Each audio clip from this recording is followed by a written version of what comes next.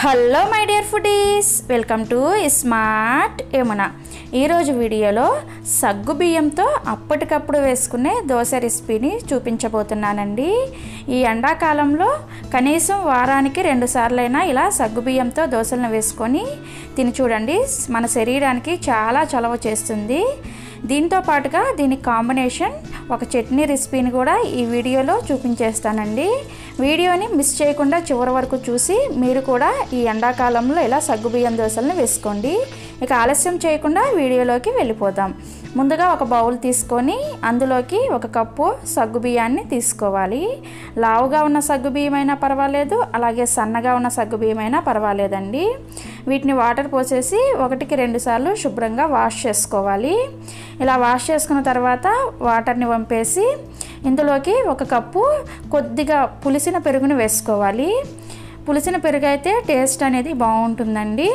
1 cup సగ్గు బియ్యానికి 1 cup పెరుగుని వేసుకొని ఈ రెండింటిని కూడా బాగా మిక్స్ చేసుకోవాలి.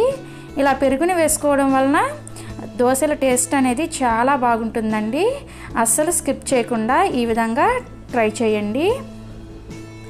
ఇప్పుడు దీని మీద మూత పెట్టేసి దీన్ని ఒక 2 గంటల పాటు నానబెట్టుకోవాలి. ఇప్పుడు మరొక బౌల్ తీసుకొని అందులోకి 1 కప్పు బియ్యాన్ని తీసుకోవాలి. మీరు నార్మల్గా తినే రైస్ని కానీ లేదంటే దోశ రైస్ని కానీ తీసుకోవచ్చు.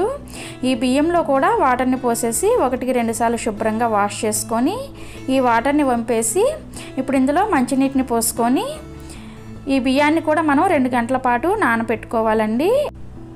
ఇందులోనే 1/2 టీ స్పూన్ మెంతులను కూడా వేసుకొని మూత పెట్టేసి ఈ బియ్యాన్ని మెంతులను కూడా 2 గంటల సేపు నానబెట్టుకోవాలి.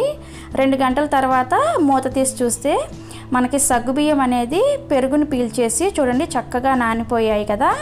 ఇప్పుడు వీటిని ఒక మిక్సీ జార్లో వేసుకొని మెత్తగా గ్రైండ్ చేసుకోవాలి. మనకి రైస్ కూడా చక్కగా నానిపోయాయండి. ఈ సగ్గు బియ్యాన్ని అలాగే పెరుగుని కూడా ఒక మిక్సీ జార్లో వేసుకొని మనం బియ్యం నానబెట్టుకున్న వాటర్ ఉన్నాయి కదండి, ఆ వాటర్ని కొద్దిగా వేసుకొని ఈ సగ్గు బియ్యాన్ని బాగా మెత్తగా కాటుకులాగా గ్రైండ్ చేసుకోవాలండి. ఈ సగ్గు బియ్యం మీరు ఎంత బాగా మెత్తగా గ్రైండ్ చేసుకుంటే మనకి దోశ అనేది అంత చక్కగా వస్తుంది. చూసారా, ఈ విధంగా మెత్తగా గ్రైండ్ చేసుకొని ఒక బౌల్లోకి వేసుకున్న తర్వాత అదే మిక్సీ జార్లోకి మనం 2 గంటల సేపు నానబెట్టుకున్న రైస్ని అలాగే మెంతులను వేసుకొని కొద్దిగా వాటర్ని వేసుకొని దీన్ని కూడా బాగా మెత్తగా గ్రైండ్ చేసుకోవాలి. ఈ విధంగా మెత్తగా గ్రైండ్ చేసుకున్న బియ్యం మిశ్రమాన్ని కూడా మనం ముందుగా గ్రైండ్ చేసుకున్న సగ్గు బియ్యం బ్యాటర్లోకి యాడ్ చేసేసుకొని ఇదే మిక్సీ జార్లో కొద్దిగా వాటర్ని కూడా వేసుకొని ఈ రెండింటిని కూడా బాగా చక్కగా కలిసేటట్లుగా ఒక గరిటెతో కలుపుకోవాలి. ఈ 2 పిండిలు ఈ విధంగా చక్కగా కలిసిన తర్వాత ఇందులోకి రుచికి సరిపడా సాల్ట్ వేసుకోవాలండి. నేనైతే 1 టీ స్పూన్ వేసాను. అలాగే 1/2 టీ స్పూన్ సోడా ఉప్పుని వేసుకోవాలి.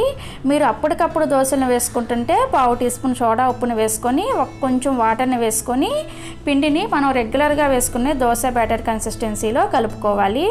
ఒకవేళ మీరు ఈ దోశ బ్యాటర్ని ఓవర్ నైట్ అంతా పొలియ పెట్టాలనుకుంటే అప్పుడు సోడా ఉప్పుని వేసుకోని అవసరం లేదండి.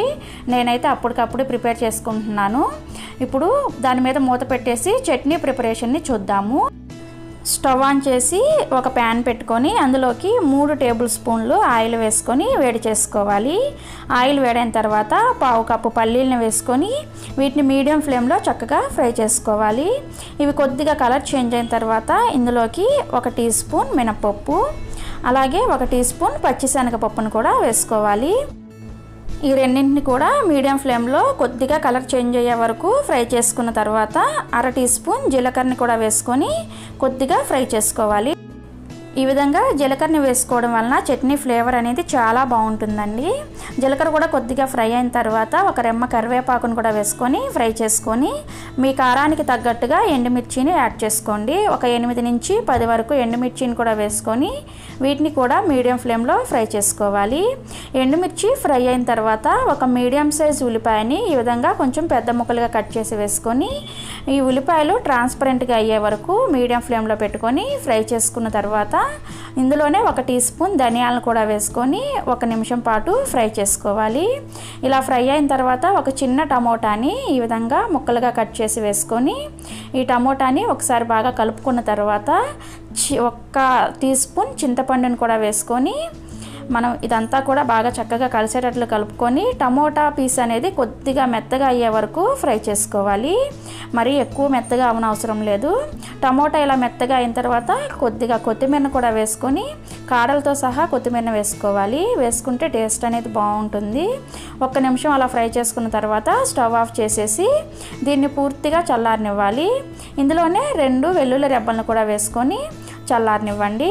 ఈ మిశ్రమం అంతా కూడా పూర్తిగా చల్లారిన తర్వాత మిక్సీ జార్లో వేసుకొని ఇందులో రుచికి సరిపడా ఉప్పుని వేసుకోవాలి. లేదంటే ఒక 1/2 టీ స్పూన్ వరకు వేసుకోవచ్చు.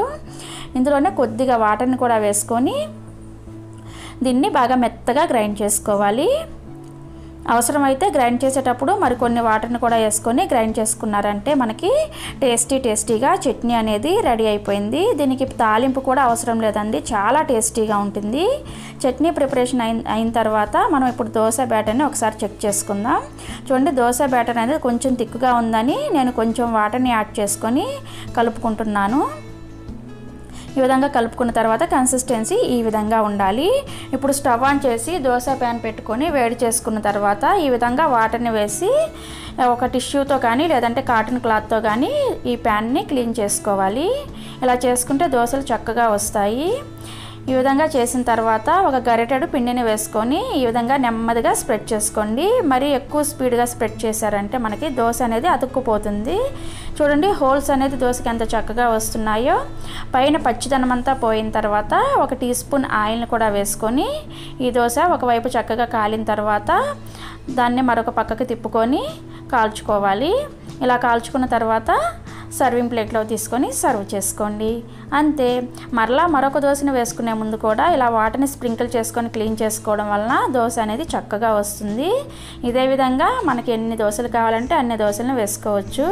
మనం దోశ వేసినప్పుడు హోల్స్ అనేది చక్కగా వస్తున్నాయంటే ఏ పిండి అయినా సరే మనకి కరెక్ట్గా ఉన్నట్లండి.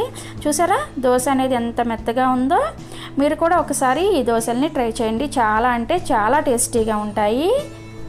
అలాగే చాలా సింపుల్గా కూడా ప్రిపేర్ చేసుకోవచ్చు. ఫ్రెండ్స్, మీకు ఈ రెసిపీ నచ్చినట్లయితే ఒక లైక్ చేసి మీ ఫ్రెండ్స్తో రిలేటివ్స్తో షేర్ చేయండి. అలాగే మరిన్ని రెసిపీస్ కోసం మన ఛానల్ని సబ్స్క్రైబ్ చేసుకోండి. ఈ వీడియోని చూసినందుకు ధన్యవాదాలు. Thank you for watching. Bye bye.